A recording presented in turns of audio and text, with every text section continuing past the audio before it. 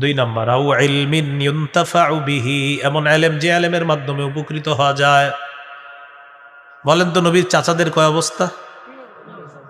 এক নাম্বার যারা ঈমান আনছে, দুই নাম্বার ঈমান আনে নাই সহযোগিতা করছে, তিন নাম্বার ঈমানও আনে নাই সহযোগিতা করে নাই। এটা একটা বিদ্যা শিখছেন নি?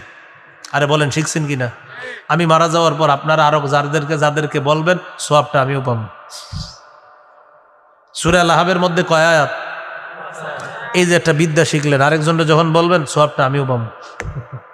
আও ইলমিন ইউনতাফাউ বিহি, এমন ইলম যে ইলমের মাধ্যমে উপকৃত হওয়া যায়।